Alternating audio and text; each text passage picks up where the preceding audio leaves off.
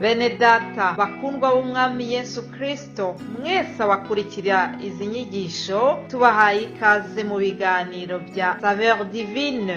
Ibi biganiro mu bitegurirwa n'abavuga butumwa bwiza batandukanye, akaba ari umuhamagaro ugendera ku ijambo ry'Imana byanditse mu gitabo cy'ubutumwa bwiza uko bwanditswe na Matayo ibice 24 umurongo wa 14. Kandi ubutumwa bwiza bw'ubwami buzigishwa mu isi yose ngo bube ubuhamya bwo guhamiriza amahanga yose, nibwo imperuka izahera ko ize. Ibi biganiro mu bikurikira ku channel ya YouTube yitwa SAVEUR divine. Tubifurije kugubwa neza. Imana Data ari nayo So ibaho umugisha.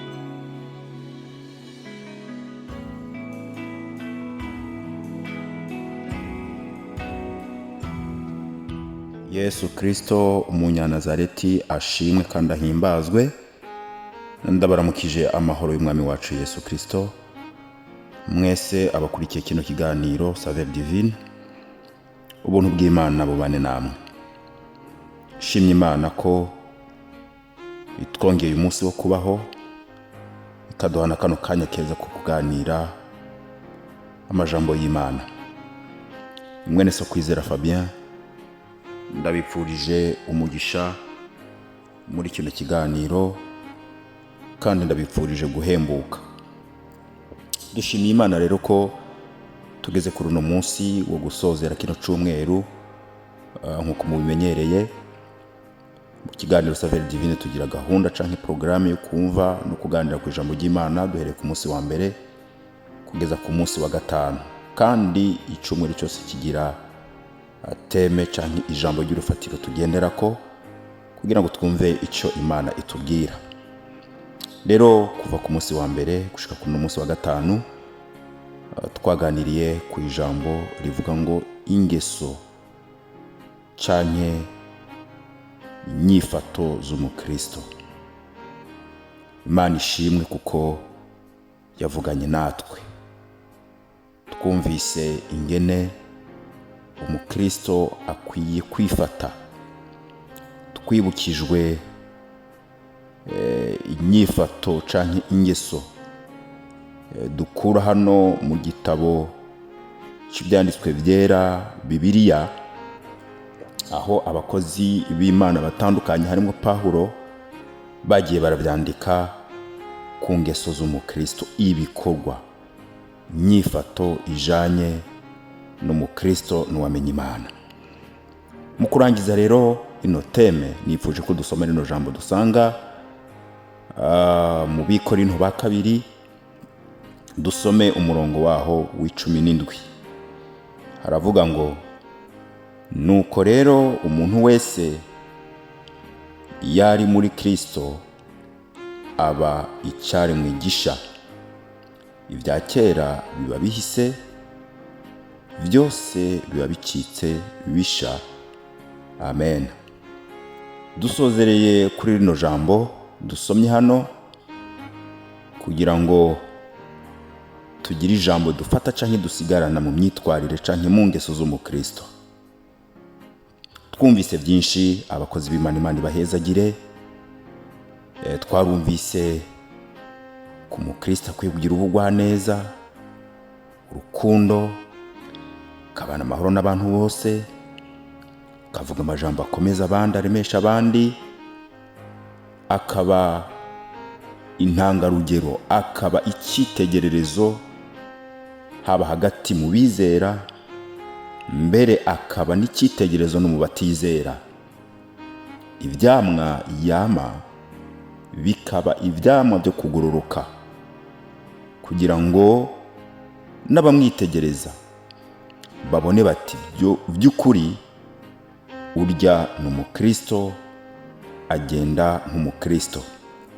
Ndabibutse neza, ntushobora kuba uri umukristo ngo ingeso zawe abantu bazibeshe ko. Ntushobora kuba warakijijwe, ntushobora kuba warakurikiye Kristo umunyanazareti ngo ibikorwa ukora abantu babikekeranye ko.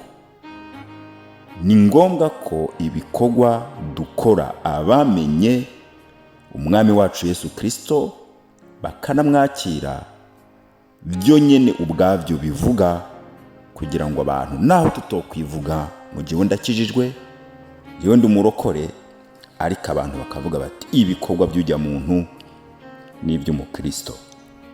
Pawulo yandikira abikorintho arababwira ngo iyo umuntu ari muri Kristo aba acitse, ababaye icyaremwe gisha, kuko ibya kera biba bihise byose bigakugwaho, ariko ngo byose bihinduka bishasha, izina rya Yesu Kristo rihabwa icubahiro. Mu yandi majambo, ubukristo si amajambo. Ubukristo si uguhagarara umuntu akavuga ngo jewe ndi umukristo, jewe narakijwe, jewe ndi umurokore. Ubukristo bubonekera mu bikorwa, mu ngeso. Pawulo avuga ngo kera tutaramenya Kristo twari abakozi b'umwijima, twakora ibibi, twari abanyangeso mbi, mbere ngo twari dupfuye twishwe n'ibyaha. Ngo ariko ubu turi muri Kristo Yesu, ngo bimwe byose twakora bibi, uko abakozi b'Imana babidondaguye kandi uko byanditse muri Bibiliya, za ngeso mbi zose zikugwaho, ariko tugatangira ingeso nziza nshasha. Nazo twarazumvise ko twarazisomeye muri kino gitabo. Niyo mpamvu bene data, kubatizwa cyanye kuja mu rusengero cyanye kubarizwa aha n'aha mu myizerere, ibyo ntibitugira abakristo.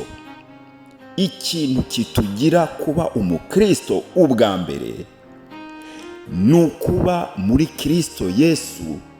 Mu yandi majambo ni ukuvuka ubwa kabiri. Ibya kera bibi bigakugwaho, ariko ingeso nshasha nziza zikaba mu bugingo bwacu, maze tugahinduka rwose ku buryo abatwitegereza bo nyene ubwabo bavuga bati kera naka ndamuzi yari ameze gutya, ariko ubu ni umunyangeso nziza. Kera ndamuzi yari umunyangeso mbi, ariko ubuho ni umunyangeso nziza. Ibikorwa byiza, imbuto canke ivyamwa twama, nivyo bituma bidushingira intahe, bikamenyekana ko turi abakristo. Benshi barabatijwe mu mazi menshi, abandi bafise aho babarizwa mu mashengero atandukanye, ariko ntibitangaje canke biratangaje aho usanga umuntu wumva avuga ati kanaka urya ni umupagani kandi yarabatijwe mu mazi menshi, naka ni umupagani kandi abarizwa mu rusengero kanaka. Ahandi naho ukumva baravuze ngo mu by'ukuri uriya muntu sindamuzi, sinzi ko anasenga, ariko nitegereje ingeso ziwe n'ingene avuga nk'umukristo, akora nk'umukristo, yifata nk'umukristo. Petero amaze gukurikira Yesu, amaze kumufata muri rya joro, aho bari bamujanye ku muherezi mukuru wo mu mwaka Kayafa, Petero ngo asanga umwana w'umukobwa w'incoreke yari yicaye aho, mbere ngo harimo n'abandi. Bamwitegereje baravuga ngo twakubonye ingene utambuka nka wa munyagalilaya, twumvise no mu mvugo yawe uvuga imvugo ihuye ni ya Yesu.